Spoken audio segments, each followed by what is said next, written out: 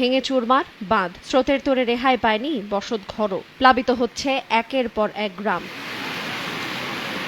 ভারতের মেঘালয় থেকে নেমে আসা এই ঢলে সুনামগঞ্জের দোয়ারা বাজার উপজেলার সুরমা, চেলা, চলতি, মরাচেলা, খাসিয়ামারা, মৌলা, কালিউরি ও ধুমখালি সহ সকল নদীর পানি বিপদসীমার উপর দিয়ে প্রবাহিত হচ্ছে।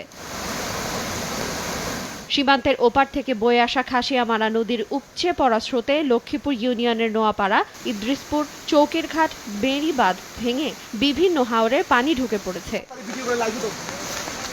তলিয়ে গেছে আমনের বীজতলা, আউশ, সবজি ক্ষেত ও ঘরবাড়ি। ৫টি মুরগির খামার, ২টি ব্যবসা প্রতিষ্ঠান ক্ষতিগ্রস্ত এবং ৩০টি পুকুরের মাছ ভেসে গেছে।